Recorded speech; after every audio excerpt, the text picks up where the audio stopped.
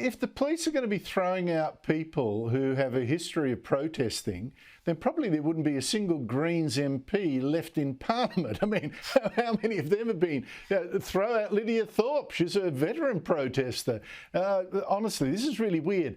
Do you think it's got anything to do with the people that you've protested against, China? Yes. I think the reason I was designated high risk and the reason I was expelled was because I'm a protester against the Chinese government. So I think that's what makes all the difference. As you say, there are people that go into Parliament all the time to meet with MPs, and they might be, environmental activists, they might be union activists, they might be, activists for all sorts of issues, and they have a right to democratically, they have a right to meet with democratically elected representatives and engage with our national Parliament. The national Parliament only functions with the aid of civic society. I mean, that's what a thriving democracy is all about. But I don't understand why the red line is suddenly appears when it comes to protests against the Chinese government.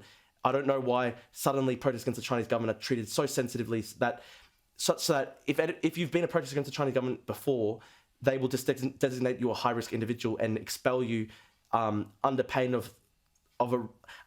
risk of arrest for trespass. They'll expel you from Parliament if you're just having lunch because you once protested against the Chinese government. It's bizarre. Drew, I've just been sent a text from the Australian Federal Police, so we have got an answer.